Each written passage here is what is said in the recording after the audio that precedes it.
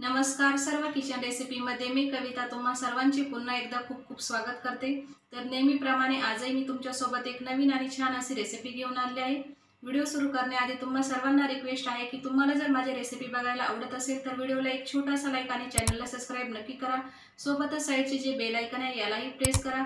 यामुळे काय होईल की ज्या छान छान रेसिपी मी अपलोड करत असते त्या सर्वांची नोटिफिकेशन तुम्हाला सर्वात अगोदर मिळेल। चला तर मग वेळ न घालवता पटकन रेसिपीला सुरुवात करूया। तर हा रवा आणि बटाट्याचा खमंग कुरकुरीत नाश्ता बनवण्यासाठी या ठिकाणी मी 2 मध्यम आकाराचे कच्चे बटाटे घेतलेले आहे। बटाट्याची सालं काढून घेतल्यानंतर त्याला स्वच्छ असं धुवून घेतलेलं आहे। तर आता आपल्याला किसून घेऊ। किसण्यासाठी मी मध्यम आकाराच्या किसणीचा वापर केला आहे। नाश्त्याला शेप हा चांगल्या प्रकारे देता यावा याकरता मध्यम आकाराच्या किसणीने किंवा यापेक्षा छोट्या आकाराच्या किसणीने देखील तुम्ही याला किसू शकता। तर बघा अगदी छान असा बटाटा या ठिकाणी किसला जात आहे। तर संपूर्ण बटाट्याला आपण व्यवस्थितपणे किसून घ्यायचे आहे। बटाट्याला आपण व्यवस्थितपणे किसून घेतले की यानंतर एका मिक्सिंग बाउलमध्ये मी याला काढून घेत आहे आणि यामध्ये आपण साधारणतः 3 ते 4 वेळा पाणी टाकून याला स्वच्छ असं धुवून घ्यायचं आहे। बटाट्यामध्ये भरपूर प्रमाणात स्टार्च असते आणि स्टार्च वगैरे याचे छानपणे निघून गेले की नाश्ता अधिकच छान असा कुरकुरीत बनतो। तर बघा अशा प्रकारे हाताच्या साहाय्याने चोळत बटाट्याला व्यवस्थितपणे धुवून घ्यायचं आहे। 2 ते 3 मिनिटांनंतर तुम्ही बघू शकता संपूर्ण बटाट्याला चांगल्या प्रकारे धुवून त्याच्यातील स्टार्च वगैरे काढून घेतलेला आहे। तर आता आपण पुढची प्रोसेस बघूया। याकरता गॅसवरती पॅनमध्ये मी 2 चमचे इतके तेल गरम होण्यासाठी ठेवलेले आहे। तेल गरम झाले की यामध्ये एक बारीक चिरलेली हिरवी मिरची, अर्धा चमचा जिरा आणि अर्धा चमचा इतकं मी सफेद तीळ घालत आहे। तीळ यामध्ये पूर्णतः ऑप्शनल आहे, तुम्ही नाही घातली तरीही चालेल।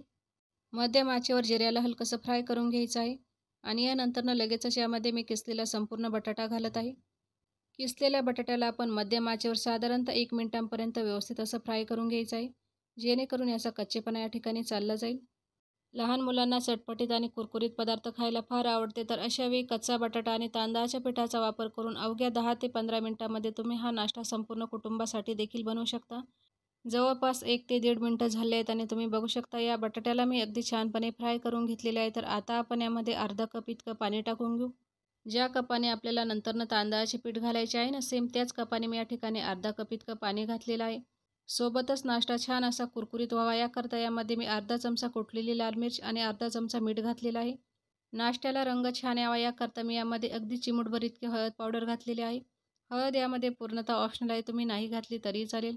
थोडीशी बारीक चिरलेली कोथिंबीर देखील आपण यामध्ये घालून घेऊ। मिक्स करून घेऊ संपूर्ण बटाट्याला व्यवस्थितपणे। तर आता आपण ज्या कपाने पाणी घातलेले होते ना, सेम त्याच कपाने या ठिकाणी मी अर्धा कप इतकं तांदळाचं पीठ घेतलेलं आहे।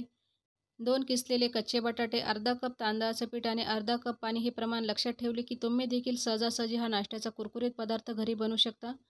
आता आपण संपूर्ण तांदळाच्या पिठाला या बटाट्यासोबत मिक्स करून शिजवून घ्यायचे आहे, म्हणजे जोपर्यंत हे मिश्रण डो फॉर्ममध्ये येत नाही तोपर्यंत आपल्याला शिजवायचे आहे। शिजवताना गॅसची फ्लेम ही आपल्याला मध्यम ठेवायची आहे। जसं की आजच्या या व्हिडिओमध्ये मी कच्च्या बटाट्याचा वापर करून हा नाश्ता बनवत आहे, तुम्ही हवं तर उकडलेला बटाटा देखील घेऊ शकता। उकडलेल्या बटाट्यामध्ये भरपूर प्रमाणामध्ये मॉइश्चर वगैरे असते, त्यामुळे अर्धा कप तांदळाच्या पिठासाठी फक्त 1 उकडलेल्या बटाट्याचा आपल्याला वापर करायचा आहे। थोड्या वेळानंतर तुम्ही बघू शकता हे डो फॉर्ममध्ये येण्यास सुरुवात झाली आहे। तरी आता आपण गॅसची फ्लेम ही लोच ठेवलेली आहे। लो फ्लेमवरती पुन्हा मी अशा प्रकारे 2 ते 3 मिनिटांपर्यंत त्याला व्यवस्थितपणे शिजवून घेणार आहे, म्हणजे जोपर्यंत मिश्रण पॅनला सोडत नाही किंवा डो फॉर्ममध्ये येत नाही तोपर्यंत आपल्याला याला शिजवायचे आहे। मिश्रण व्यवस्थितपणे शिजले की आता आपण गॅसची फ्लेम बंद करून याला हलकंसं थंड करून घेऊ। डो हलकेसे थंड झाले की आपण याला सेट होण्यासाठी एका चॉपिंग बोर्डवरती लावत आहे। चॉपिंग बोर्डला मी हलकंसं तेल लावून ग्रीस करून घेतलेलं आहे, तुम्ही हवं तर एखाद्या ताटामध्ये किंवा स्ट्रेमध्ये देखील याला लावू शकता। आणि बघा अशा प्रकारे संपूर्ण डो या चॉपिंग बोर्डवरती मी काढून घेतलेला आहे। तर आता आपण याला हलकं हलकं प्रेस करत शेप द्यायचा आहे। शेप देताना तुम्ही हाताला थोडंसं तेल किंवा पाणी लावू शकता, जेणेकरून हे मिश्रण हाताला अजिबात चिटकणार नाही। मिश्रण थोडेसे गरम वाटत असेल तर तुम्ही हवं तर लाटण्याच्या साहाय्याने देखील याला लाटून घेऊ शकता। तर आता आपण याला लाटण्याच्या साहाय्याने हलकं हलकं प्रेस करून घेऊ, जेणेकरून हाताला चटकेही बसणार नाही आणि छान असा प्रॉपर शेप देखील याला देता येईल। थोड्याच वेळानंतर तुम्ही बघू शकता अगदी छान असा चौकोन शेप मी या नाश्त्याला दिलेला आहे। यानंतर या संपूर्ण नाश्त्याला 10 ते 15 मिनिटांपर्यंत सेट करून घेऊ, नंतरच आपण यामध्ये काप टाकूया। सेट होण्यासाठी तुम्ही हवं तर रूम टेम्परेचरवरती किंवा फ्रीजमध्ये देखील ठेवू शकता। जवळपास 10 ते 15 मिनिटं झाले आहेत आणि नाश्ता अगदी छानपणे सेट झाला आहे। तर आता आपण यामध्ये काप टाकून घेऊ। तर कापताना तुम्ही तुमच्या आवडीनुसार कोणत्याही शेपमध्ये कापू शकता।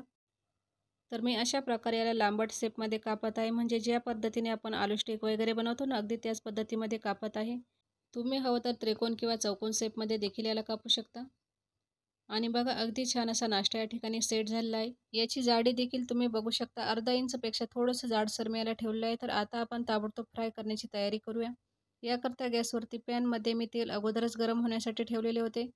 एक एक करत आपण यामध्ये काही स्टिक फ्राय होण्यासाठी टाकायचे आहे। बाकीचे उरलेले स्टिक आपण सेकंड बॅचमध्ये फ्राय करूया। सुरुवातीला गॅसची फ्लेम मी हाय करून तेलाला अगदी छान असं कडक गरम करून घ्यायचं आहे। आणि नाश्ता तेलामध्ये टाकला की गॅसची फ्लेम आपल्याला मिडियम ठेवायची आहे।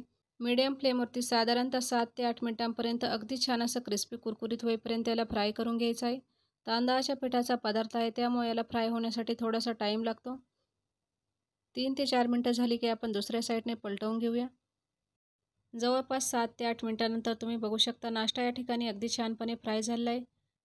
रंग देखील खूप सुरेख आलेला आहे। तर आता आपण या संपूर्ण नाश्त्याला एका प्लेटमध्ये काढून घेऊ आणि सेम प्रोसेसने बाकीचे उरलेले स्टिक देखील अशा पद्धतीने फ्राय करून तयार करायचे आहे।